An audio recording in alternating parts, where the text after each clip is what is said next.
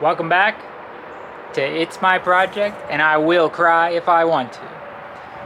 So, I'm here with the Draught 85 RM2 carry deck crane, and the next thing I want to look at on this is when I bought the crane, I did a compression test of the engine. One of the first things I did when I was getting it running, just check it before I even started it, and I had a low cylinder, and it's the one all the way towards the front of the crane, the hardest one to get to, of course, but it's substantially lower than all the rest of them. And I just kind of left it go there for now, got it started. I thought maybe it would come back up, you know, if it was some surface rust on the piston wall, or not the piston wall, the cylinder wall, you know, so the piston rings weren't sealing quite so good or whatever, that maybe it would clean up on its own and I'd get my compression back. Well, I recompression tested after running it a little bit, and it seems like I don't have any better compression than I did before on that cylinder. And I do have a bit of a misfire. The engine's not running quite right yet. I mean, there looks to be some kind of governor on this that I could mess with, and it might be a problem, and then the carburetor could still need some adjustment.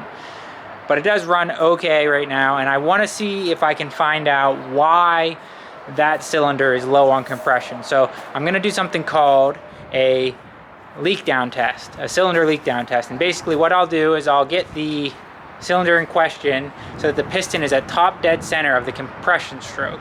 So that means that it's coming up and it's at the very top before it switches direction and starts to go back down, and that's on the compression stroke, which means that it's pressurizing the cylinder at that point. And what you can do then is you can use the spark plug hole and a little tool and push compressed air down into the cylinder, and basically that compressed air is going to find its way out wherever your compression leak is. So you might expect to see a little bit get by the rings and this and that, but I've done this before and I've had good results where I found a bad exhaust valve on an engine. Basically, if I have a glaringly bad valve on either the intake or the exhaust side, that should show right up. I should feel air coming back out of either the exhaust or the intake, or even hear it. And if I have it going past the piston rings, or you know, there's a chance there could be a hole in the piston or whatever. If it's doing that, you should see the air or feel the air coming back out of the crankcase, basically. So you can usually take the oil fill cap off and either hear or feel air pushing its way out from the crankcase, basically.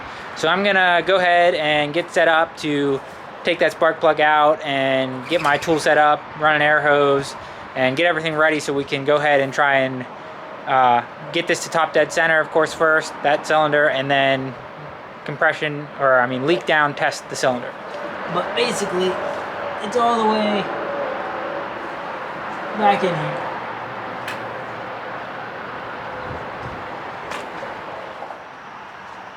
There's a little bit of junk sitting around that spark plug, so I'm going to get some compressed air out here and blow out around it before I pull that out, so I don't drop anything down into the cylinder.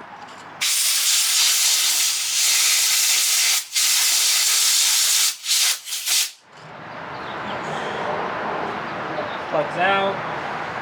Definitely. Here is our cylinder leakage tester. So basically the one gauge here tells you how much your air pressure coming in is. Your other gauge here lets you know how much pressure is being held on the other side, basically. And that will give you, you can take those and you get a percentage or ratio there, and you can see how much air you're leaking down. But honestly, I know I'm going to be leaking a lot of air already. This is really just going to be a tool for, which you could hook it, compressed air straight to the cylinder, I guess, but this is just really going to hopefully tell me where the air is coming out by listening and feeling. So it's got a hose. I won't hook that on yet, but it's got a hose with a quick connect on it, and then on the other end you put an adapter for your spark plug hole. So I'm going to go ahead and throw that adapter in. That should be the one I need. It's got a little O-ring on the end just to help it seal a little bit. I'm going to see if I can fish this down in there and get it started.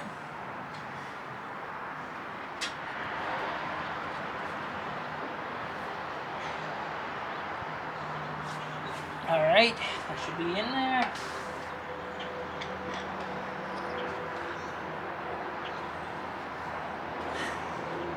Now, we have to turn the engine over manually here. to get it to be top dead center compression stroke on this right here. So, on this cylinder. And I can tell that just because it's pushing air out of this hose.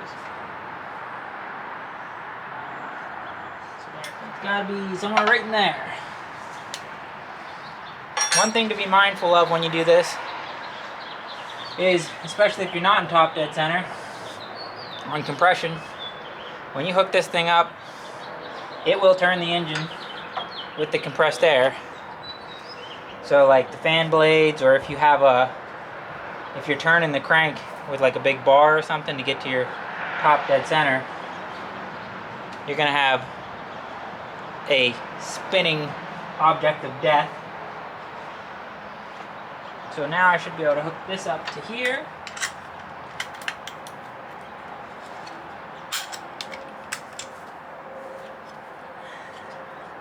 Actually, before I do that, I'm going to hook up my air hose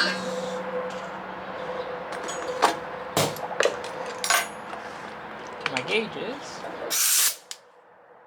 and then that way I can adjust my air pressure, and I'm going to put it, close to 100 but not quite 100, and that way I know that I'm not like actually 120, since the gauge only goes to 100. And now if I hook it up here, the engine might spin, or I might be in the right spot. So there I can see I've got 90 some going in, and it's only holding about 20. And I smell oil already, it smells like, but yep.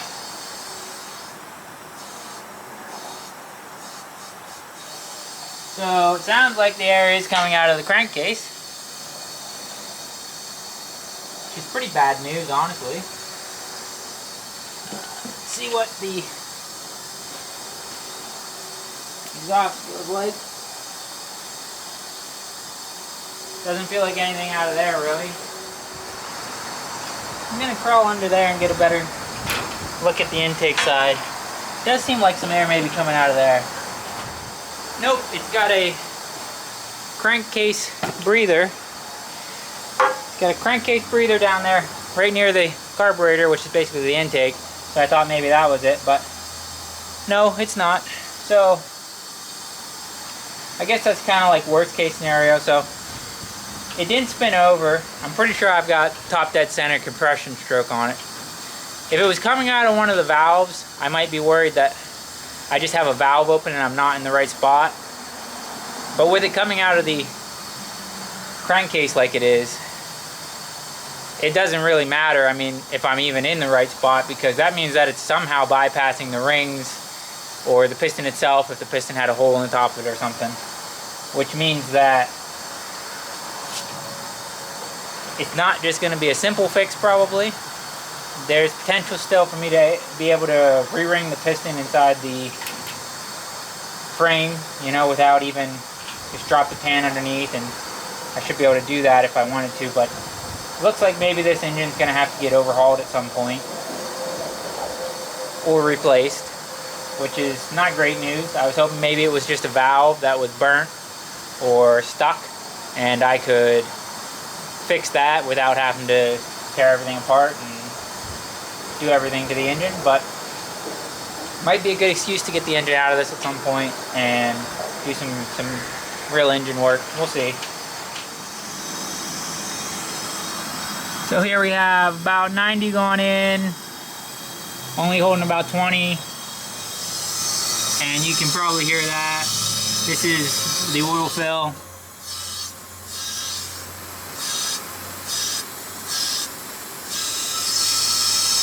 So definitely air coming out of there. And you might have a hard time seeing in the dark down here, but here is a crankcase breather, and same thing. basically. Just air coming out of it. The intake side and the exhaust side are not showing any signs of air coming out, but with that leak being obviously quite bad, that doesn't mean that they're holding super tight. It just means that the air is escaping that way. So that's some pretty unfortunate news. Like I said, I was really hoping that that would just be a valve that was maybe, you know, burn a little bit, not sealing well, a little bit of rust or something on the seat. Something that maybe I could take the head off and just fix it up or replace a valve or whatever I had to do there. But it doesn't look like I got that lucky. It looks like the air is somehow bypassing either the rings or the piston itself. If it has, you know, it could have a hole in it or something. You never know. I mean, with how well it runs, I don't think there's anything too catastrophic in there, but sometimes you'd be surprised. I think it would be helpful if I had a bore scope and I could look down into the cylinder maybe and see maybe the cylinder wall has really been rusted up at some point, and you know, it's very obvious that that's why it's leaking through, or there's a piston hole or whatever it is. The also nice thing about that would be that I could get a better gauge of whether or not I could just re-ring that piston, you know, because I think that's something that I could do with the engine in the frame still. But honestly, with how old it is and everything, I think it's probably a good idea that maybe I consider just rebuilding or replacing this engine. So what does that mean for right now? Basically nothing. That gives me something to look into as far as whether I want to tear the whole engine out and try and rebuild it or possibly replace it. There's even some different engine options that could have come with this crane, so I could look into those. But for right now, I have some other things to address on the crane, and I should be able to take care of those problems, which are a little more serious in my opinion, because I think the engine, you know, it's an engine. It can be replaced, it can be repaired at some point. The other parts may be harder to find or to replace, and I want to make sure that they're all working good and I get everything with the hydraulics and everything sorted out perfect, and then I'll probably come back to the engine. So for now, I'm just going to run it the way it is, and that cylinder is obviously not going to run as well as it could, or it might not really be combusting much at all. And then in the future, I'll look into maybe trying to take care of this engine and get everything tip-top shape on this crane. So I'm no expert on engines or leak down tests or anything, but maybe you learned a little something about how you could, you know, kind of diagnose an engine without tearing it apart. So go ahead and leave a comment down below. I'd love to hear actually what you guys think about what I should do as far as the engine goes. If I should try and fix this engine, do it in frame, take it out. If I should just try and find another engine. An idea I had was maybe find another engine, the same engine, but then fix it up and just swap them, or just go for a whole different engine. So if you enjoyed watching me get this bad news about my crane engine, go ahead and subscribe, like the video, share it with your friends who might enjoy it as well, and I guess I'll see you in the next one.